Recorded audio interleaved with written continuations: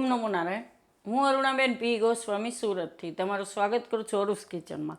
તો આજે આપણે બનાવશું જુવાર ને મગની દાળની ખીચડી.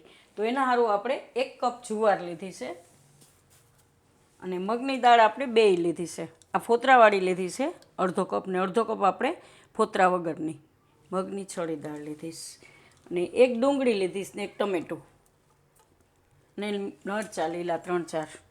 મસાલામાં આપણે મીઠું જોઈએ સ્વાદ પ્રમાણે, 1 ચમચી લાલ મરચું અને અડધી ચમચી જીરું, થોડીક હળદર અને હિંગ વઘાર માટે, અને 2 લાલ મરચાં આપણે આ રીતે કાપીને લીધા છે વઘાર માટે, થોડીક લીલા ધાણા, તેલ જોઈએ આપણે અને પાણી જોઈએ આપણે.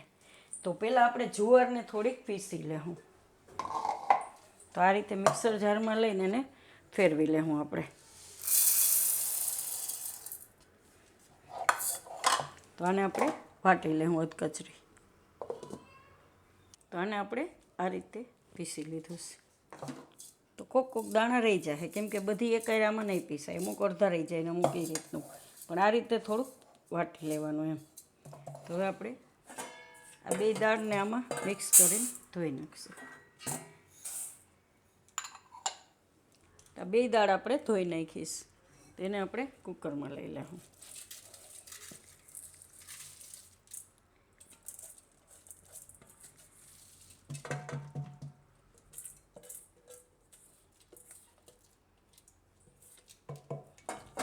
અને આપણે આ પીસેલી જુવાર એને આપણે કુકરમાં લઈ લઈશું. હવે એમાં આપણે નાખી દઈશું હળદર થોડીક અને મીઠું. હવે આમાં આપણે પાણી નાખીશું.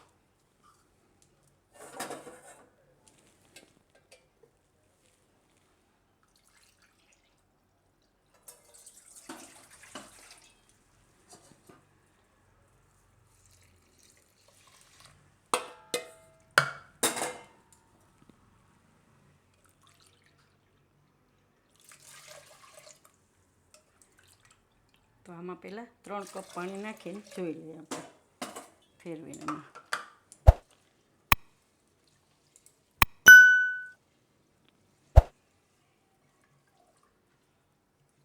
તો હજી આપણે એમાં બીજા 2 કપ પાણી નાખીશું.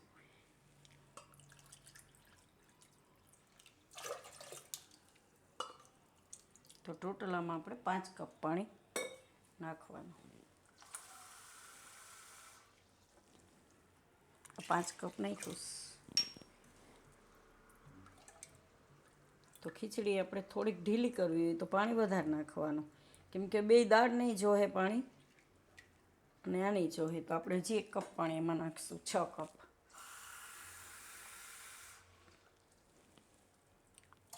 આ રીતે તો 2 કપ ટોટલ આપણે હતું તો 6 કપ પાણી આપણે એમાં નાખ્યું છે એમ.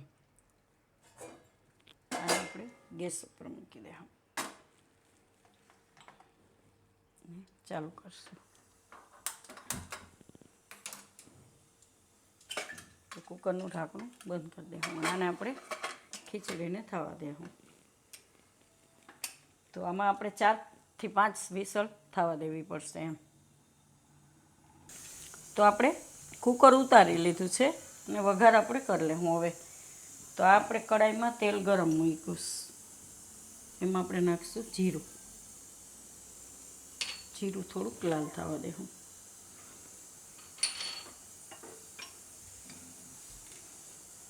તમે ઘીમાં વઘાર કરવો હોય તો ઘીમાંય કરી શકો અને તેલમાંય કરી શકો, જેમાં તમને ઓપ્શન જેમાં ભાવે એમાં એમ.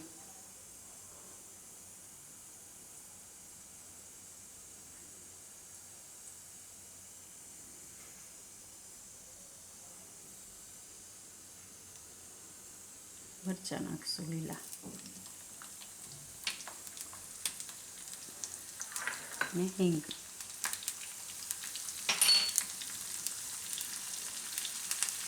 અને ડુંગળી.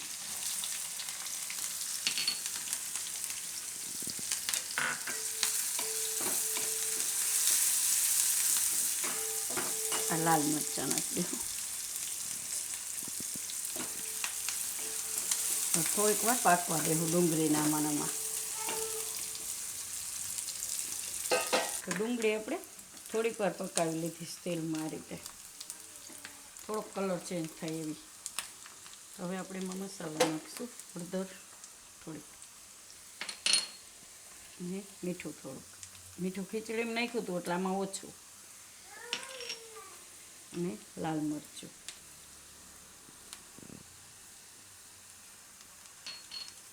હવે ટમેટાં.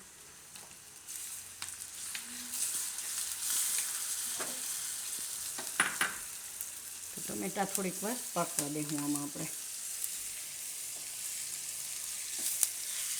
ગેસ થોડોક ધીમો કરી દે, પકાવી લેવાનું.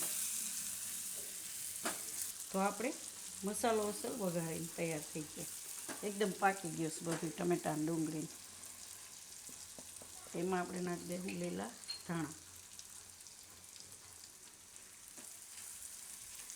ગેસને કરી દઈશું બંધ. હવે આપણે કુકરને ખોલીને જોઈ લેવું. તેની રીતે જ ઠંડુ થવા દેવાનું.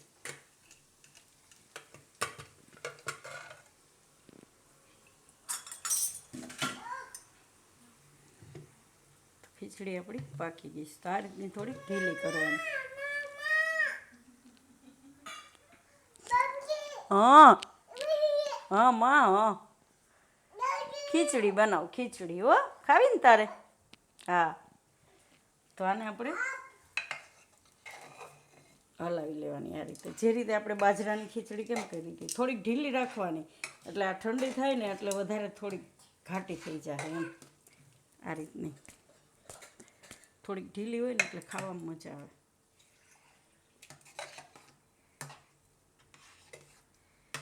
જેમ ઠંડી થાય ને એમ થોડીક થઈ જાય ઘાટિયા. તો હવે આપણે આ જે વઘાર કર્યો તો એ વઘાર આપણે ખીચડીમાં નાખી દે. હું ડુંગળી ટમેટાને બધું આમનામ તમારે ખાવી હોય તો એમનામ ખાઈ શકું, પણ આ થોડુંક સારી લાગશે એમ મસાલાવાળી.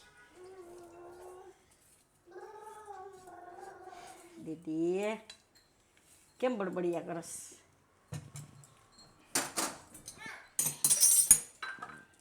આપણે મિક્સ કરી દેવાનું.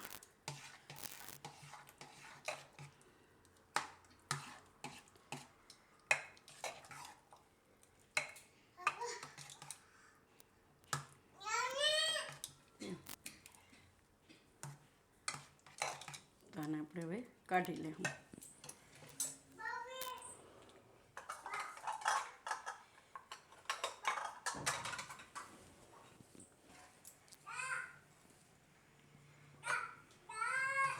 તો ગરમા ગરમ ખાવામાં બહુ મજા આવે. ભલે આપણે આને તેલનો વઘાર કર્યો પણ ઉપરથી તમે ઘી નાખીને ખાઈ શકો એમ. ગરમા ગરમ ખીચડીમાં ઘી નાખીને મસ્ત લાગે એમ.